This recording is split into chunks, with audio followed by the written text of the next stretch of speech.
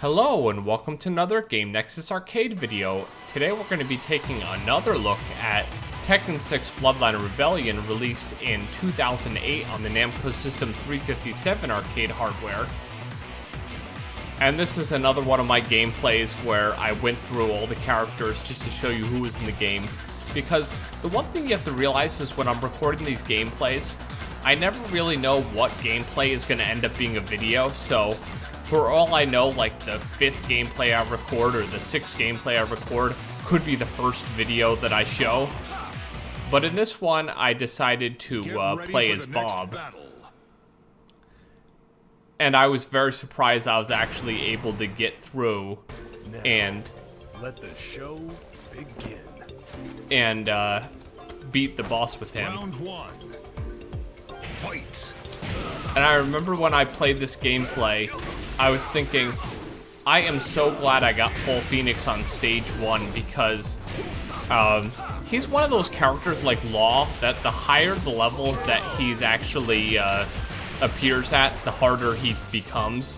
Whereas there's some characters where no matter what happens, I can tend to beat them regardless of what stage I actually face them on.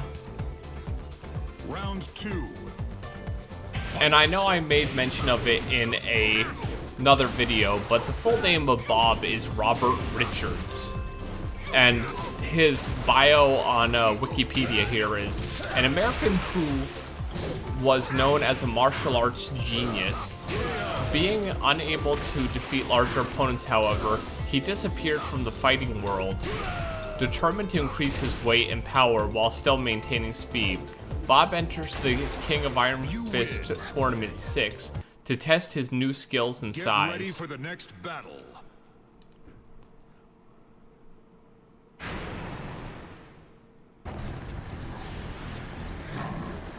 Round 1. Fight. And I definitely have to say, when it comes to like scenery and how everything looks, all the stages in this game just look really great. And now, if you haven't seen any of my other videos, the arcade version of Tekken 6 actually came out on November 26, 2007.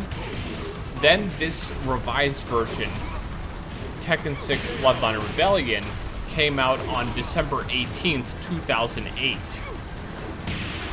You wouldn't have your console versions until late 2009 for the Xbox 360 and PlayStation 3. And in Japan, for some reason, they didn't have the PlayStation Portable version of Tekken 6 until January 14th of 2010. But I still remember when I first faced King in Tekken, I always thought he was like legitimately a guy with a cat head. But then, like, I think there was one Tekken game at one point where it shows him putting the mask on, and I was like, oh, okay, so he's like a regular dude and he's just wearing a mask. You win. I'll fight you anytime. And one thing that's really cool about Bob is he doesn't have like all of the really quick moves of like a much smaller fighter, but he is a really fast character for the size he really is. And of course, this is Jack 6, the, at this point in Tekken history, newest version of the Jack robot. And the one thing that you'll always notice in the arcade version of Tekken 6 is basically how animated the backgrounds are. You won't see like a static background with nothing going on. There's always something going on, even more so than the previous games. You win. Round 2. And I definitely have to say another thing that I noticed when I was playing this a lot, because other than like the gameplays that you have seen, of course I had to play this a lot to like, as the kids today would say, get good. Because it's one of those things with a lot of these fighting games that I don't know if it's just me or if like everyone experiences this, but let's say you don't play a certain fighting game for a while, you kind of lose your skills for that game, but then after like playing a few rounds, you kind of get back into the groove. Get ready for the next And battle. if you notice there, Bob still doesn't think he's good enough to fight in the tournament. Round 1. Because Bob is always going, I'm not good enough yet. And the funny thing I always see is, I'll always see videos on YouTube that say Tekken 6 arcade battle, and then I see it's just somebody playing like one of the console versions, or it'll even say Tekken 6 arcade, and I'm like, that's not the arcade version, that's the console version. But that's why I always make sure when I make these videos I put arcade video and System 357, so you know I'm running it on the real system. Round 2. Fight. And yeah, this game just looks amazing in this arcade version, if you haven't seen it already. But yeah, I do plan to try some gameplays as the characters that I haven't shown that are new characters, like Lars, Leo, and Miguel. So those should be some upcoming gameplays of this game. But after this gameplay, I might just take a break from Tekken 6 a little bit and maybe try a different game for a little while.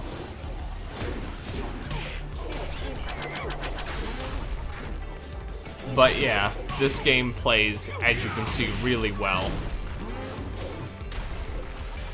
And I don't know if I made mention of it in my other arcade videos, but what I ended up doing with the arcade board is I ended up putting the Namco board from the system this hard drive came out of, and I put that Namco board into this system, and it actually brought back all the high score and the record data from this game. So Get ready for the next battle. basically what you're seeing right now is the last gameplay, where I'll still be getting like a new record every time I'm actually ending up playing the game, because after this gameplay was recorded, I put that arcade Namco board in, and it brought back all of those like really quick times and everything from the location that this game must have been on. And I can honestly tell you, I'm very unlikely to actually touch those times or do better than them, so I'll probably show it a bit more, maybe one of my next arcade videos of this game, but you'll see that the times for this board have drastically gotten better, because I would imagine it was probably on location for quite a while to have, like, some of the gameplays are like only a few minutes. So unless I really got good at this game, I couldn't see myself besting any of those records, unfortunately. And Mokujin is one of those characters that I sometimes find really fun to play, because you never know what character Mokujin is going to imitate. So you never know if you're going to have a match where you have a character you're playing as that you're good, or a character you're playing as that you're not good. The funny thing is, except for certain ones, I really can't tell what character Mokujin is imitating unless it's like a very prominent like ready pose, or of course always Yoshimitsu, because he'll have some kind of prop that he's using as the sword. And I remember when I actually did this gameplay, that actual win was really surprising. I was thinking, oh, there's no way he's running at me, he's gonna hit me. I'll fight you anytime. Get ready for the next battle.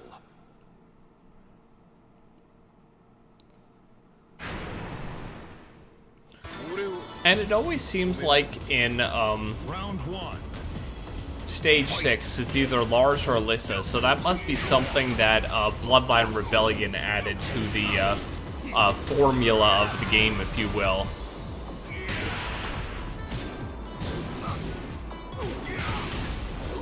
And the funny thing is, when you look at stages like this and you think to yourself, We started out in this series in 1994, and the funny thing is, even Tekken, the first game in 94, had snow,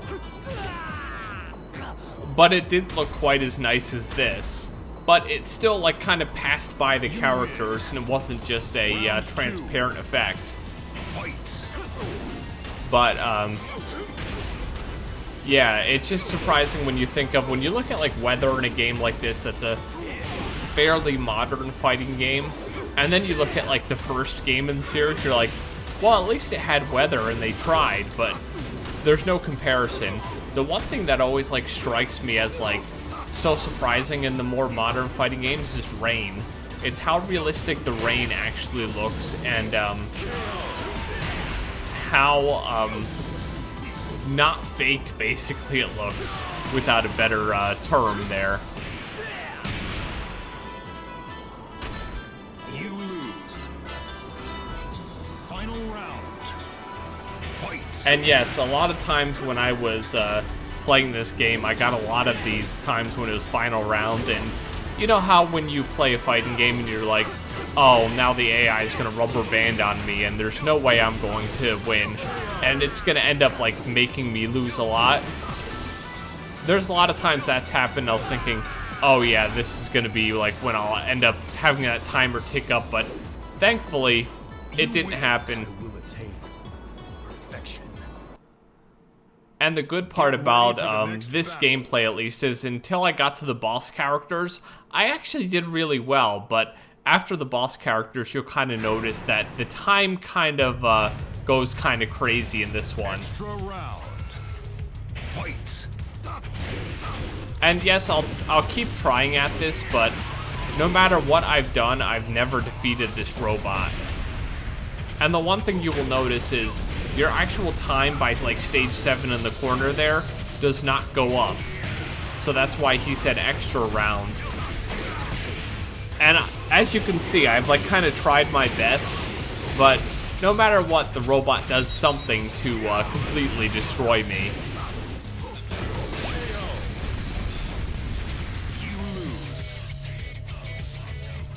Although one of these days, I'm sure I'll have a round where I'll defeat that robot. Get ready for the next battle. And I think it was like 6 minutes and something. But let's see what it actually is right now. Round 1. Yeah, it looks like it went up to about 10 minutes to 16:26, so yeah, suffice it to say, Jin actually defeated me quite a few times before I was finally able to beat him.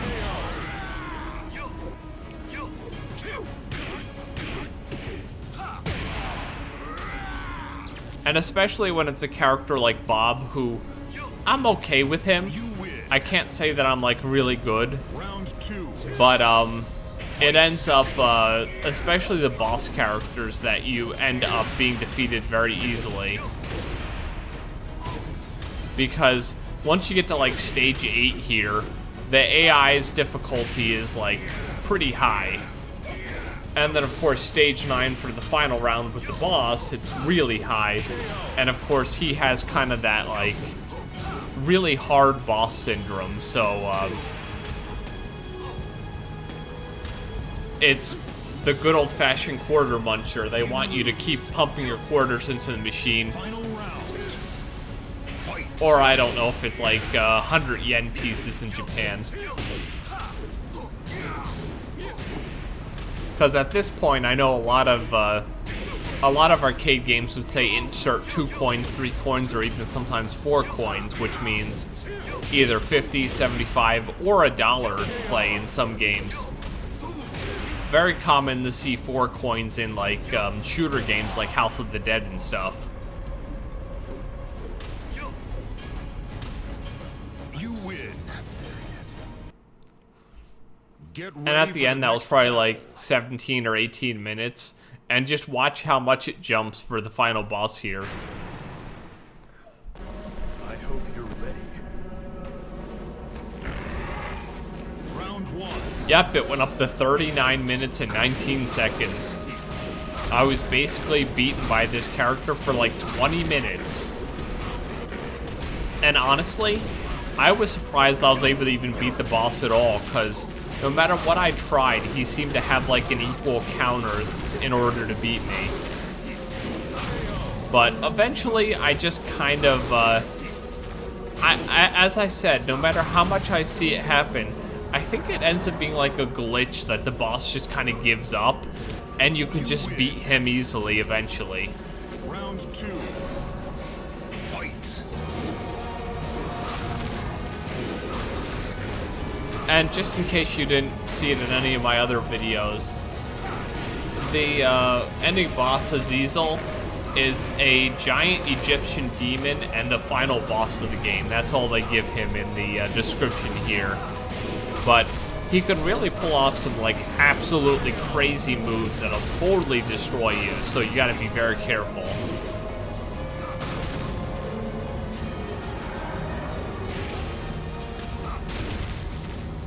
You win and wait.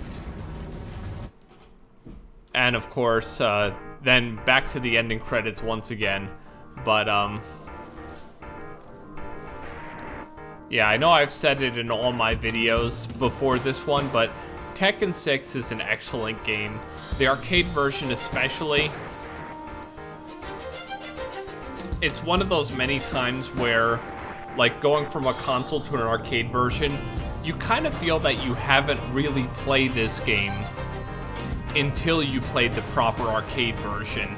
And then, of course, the game plays a heck of a lot better when you play the arcade version because they didn't have to downgrade it for the consoles. And I know I've mentioned it in probably every video that I've ever done, but from what I understand, when they took Tekken 6, they ported it to Xbox 360, and then they ported that version to PlayStation 3 instead of porting this arcade perfect version, which, from what I hear, it's so everybody had the same experience and played the same game. But of course, as we all know, they probably just got lazy and didn't want to make another port of Tekken 6 to the PlayStation 3, because then they'd have to like start from scratch with this arcade version and bring it over to PlayStation 3. And after like a couple seconds here, you're going to see that I'll actually be able to enter a high score. But as I said, after the high scores came back on the board, yeah, I don't think this is going to happen again unless I get really good. But you'll see me rank in here really quick. And even though this is one of my worst times, it was better than like the top times there, which by default they got reset to 9 minutes. But you can see all the high scores I have here, and then next time I do a video, you'll see those high scores that got brought back from when it was on location, and you'll truly see how good the people who must have played this arcade board were. Well, this has been another Game Nexus arcade video, and I shall see you later. Bye.